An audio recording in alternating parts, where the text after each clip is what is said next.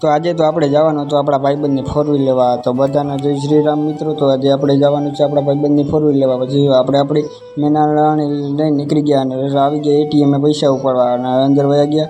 ગૌતમભાઈ તુષારભાઈ બે અંદરથી પૈસા લેવા વયા ગયા. પછી પૈસા લઈને હવે આપણે આવી ગયા સીધા ગામમાં નીકળી ગયા ભાઈબંધની ફોર વ્હીલ લેવા.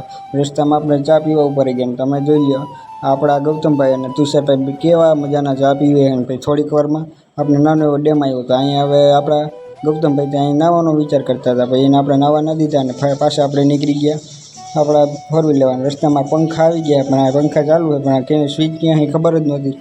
પછી આપણે આવી ગયા પાછા બેલાની ખાણે. તમે બેલાની ખાણે જુઓ તો આપણા ગૌતમભાઈ તો ટ્રેક્ટર જ રાખવા માંડ્યા. પછી આવી ગયા આપણે સીધા ફોર વ્હીલ લેવા. હવે ફોર વ્હીલમાં આવવા ઓછી હતી ગૌતમભાઈની બી પંપ મારવા માંડ્યા અને પાછા ફોર વ્હીલ લઈને હવે આપણે નીકળી ગયા પાછા આપણા ઘર બાજુ. અને પાછા આપણે પહોંચી ગયા હવે સીધા ઘરે. અને તમે મિત્રો અમારો બ્લોગ કેવો લાગ્યો